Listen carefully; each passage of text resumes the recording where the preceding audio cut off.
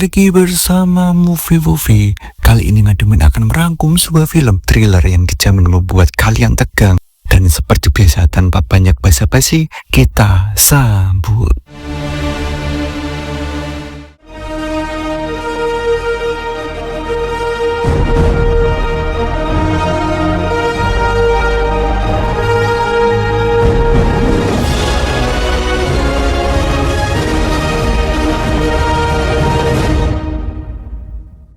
Berlatar di daerah pesisir Australia, film kali ini terfokuskan dengan gadis peselancar cantik yang bernama Zephyr.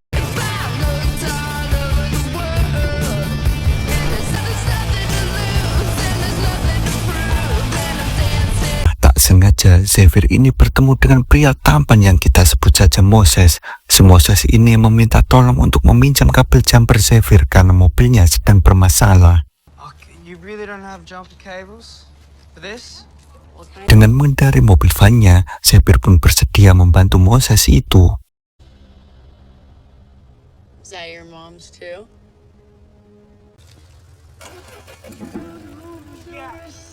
Your lifesaver. Oh, snapper mostly. Pertemuan mereka yang sangat-sangat singkat itu malah berhasil membuat api asmara berkobar. Nah, kini mereka pun saling menjalin cinta di dalam vannya Zephyr. So what got you into surfing? Because there was nothing for me on land. Namun anehnya, saat Moses membuatkannya makan malam, Zephyr malah pergi meninggalkannya.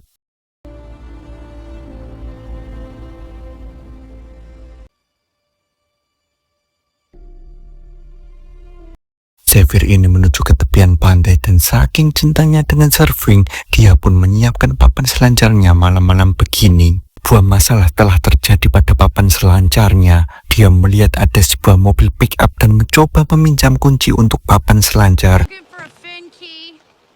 Promise I'll bring it back. Nah, kebetulan sekali si pemilik mobil pick up itu yang bernama Tucker mempunyai apa yang dibutuhkan Zephyr. Thanks. I'll bring it right back. Zephyr pun mengotak-ngatik papanya, dan setelah semua ready, dia pun nge-WA Moses untuk mengabarinya.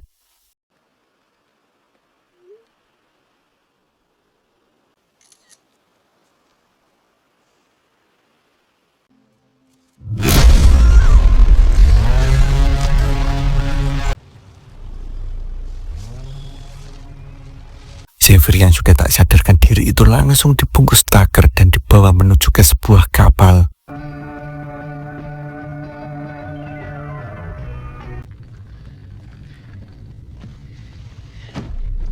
Singkat cerita, dia pun terbangun dari pingsannya dan alangkah kagetnya ketika menyadari tangannya sudah terborgol. Ternyata tak hanya Zephyr saja yang diculik oleh Tucker. Di kapal itu sudah ada tawanan yang kita sebut saja Heather. On his boat. Whose fucking boat? Nah, Heather ini awalnya berliburan dengan pacarnya untuk berenang bersama Hugh. Mereka pun memutuskan untuk menyewa kapalnya Tucker. It's in order. We will be swimming shower. It didn't tickle. That you told me into this.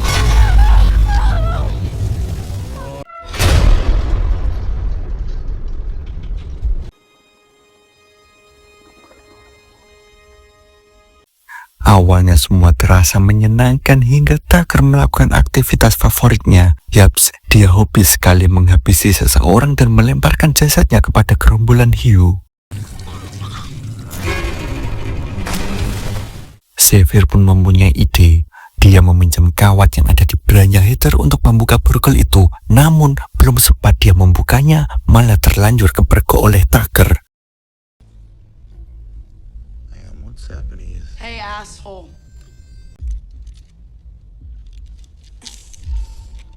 Tak mau kecolongan, Tucker langsung membawa mereka ke atas kapal. Dia menyiapkan sebuah kamera, sementara tubuh Heather diikat di mesin katrol. Seperti apa yang kita duga selama ini, pasti Tucker akan memberi makan hiu-hiu kesayangannya dengan tubuhnya Heather sambil direkam.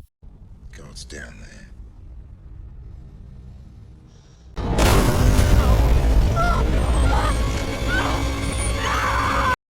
Zephyr yang dipaksa menyaksikan adegan brutal itu pun sangat ketakutan dan terus memohon Tucker menghentikan aksinya itu. Please stop! Please stop! Please stop! The die so tourists can get their kicks and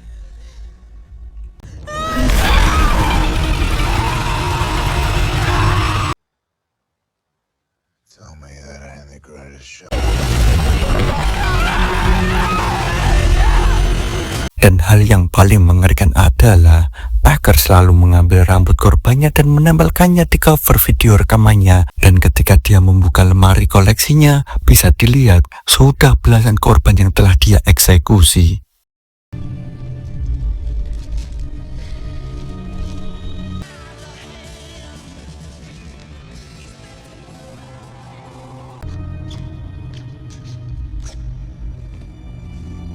Kita kembali lagi kepada Zephyr. Melihat ada sebuah gagang ember, Zephyr pun langsung memanfaatkannya untuk membuat senjata. Tak lama kemudian Tucker pun mendatanginya dan melihat Tucker tak berdaya, Zephyr pun langsung mengambil kunci dan membuka borgolnya. Dia pun lari secepat mungkin dari kejaran Tucker. Tapi karena di posisi yang terpojokkan, Zephyr akhirnya memilih melompat ke dalam laut.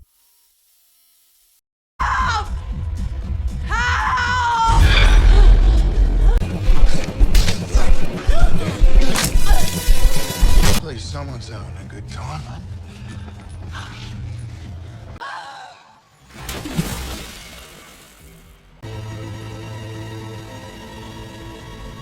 Sementara Moses yang sudah berhari-hari tidak dapat menghubungi Zephyr itu pun mulai merasa curiga. Dia pun melapor kepada polisi bahkan tim SAR, namun tak juga dia mendapatkan tanda-tanda kehidupan dari Zephyr. Hingga akhirnya dia kepo melihat rekaman CCTV pada hari di mana hilangnya Zephyr. Yaps, dia akhirnya menemukan mobil pick-up-nya Tucker.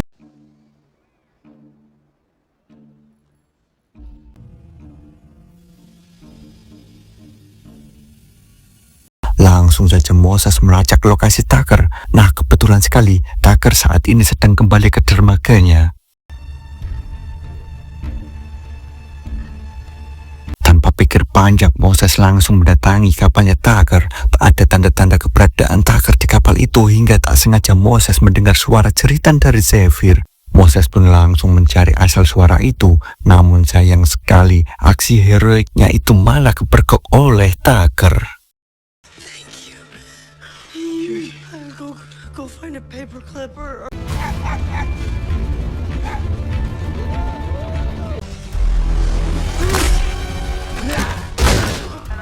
Perkelahian pun tak terhindarkan, yang sebenarnya kemenangan hampir didapatkan oleh Moses hingga akhirnya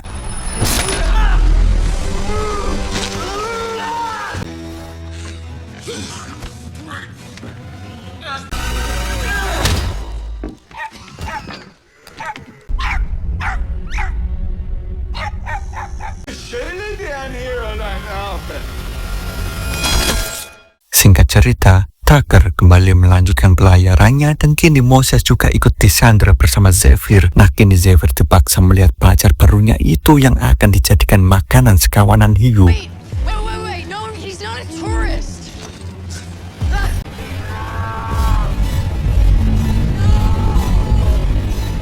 Zephyr pun menyuruh Moses untuk tak banyak melakukan gerakan agar para hiu tak menyerangnya.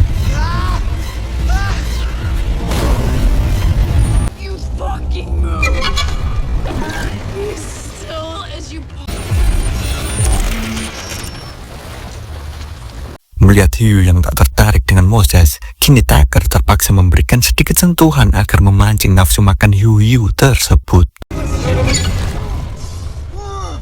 That's some bullshit.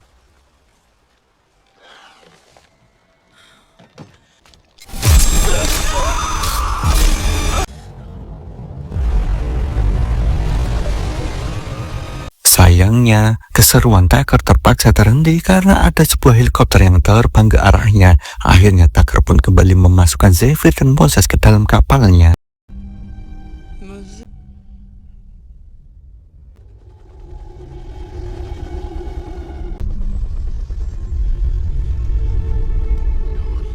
Xavier yang sudah muak dengan aksi Tucker ditambah lagi pacarnya yang disiksa habis-habisan, kini dia tak punya pilihan selain mengorbankan tangannya agar lepas dari borgol itu. Tonight's show is gonna be.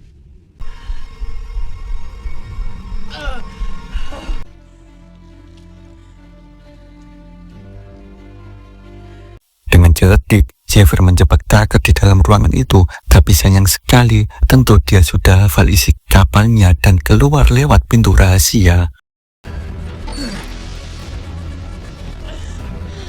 Aksi kejar-kejaran pun berlangsung sangat menegangkan di dalam kapal tersebut.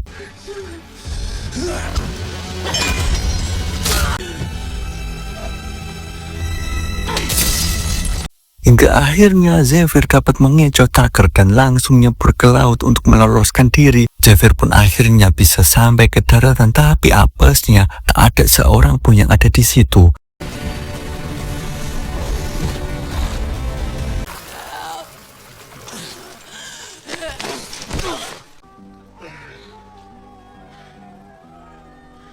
Kini, gantian Xavier yang dijadikan umpan, sedangkan Moses dipaksa untuk menyaksikan kegilaan Tucker.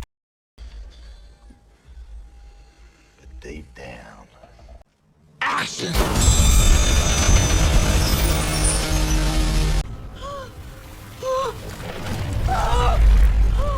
Seperti biasa, Tucker langsung merekam kejadian itu, tapi malah ada seekor hiu yang mencoba menyerangnya. Dia pun melemparkan tombak ke arah hiu itu.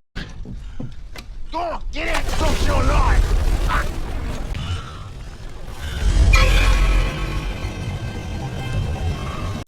Xavier yang ada di dekat hiu itu pun langsung mengambil tombak tersebut. Tanpa menyia-nyiakan kesempatan, Xavier menggunakan tombak itu untuk melepaskan diri dari tali pengikatnya.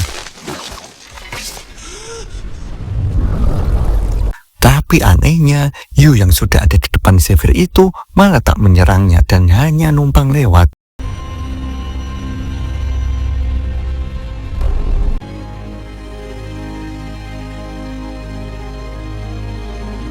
Xavier langsung naik ke kapal Tucker dan meraih sebuah panah. Tanpa pikir panjang, langsung saja.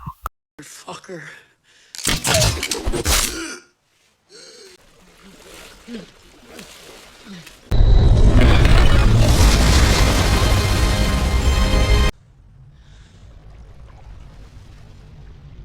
Di akhir film memperlihatkan, Xavier langsung mengambil flare yang ada di kotak darurat dan dia pun memberi tanda kepada kapal yang kebetulan ada di dekatnya.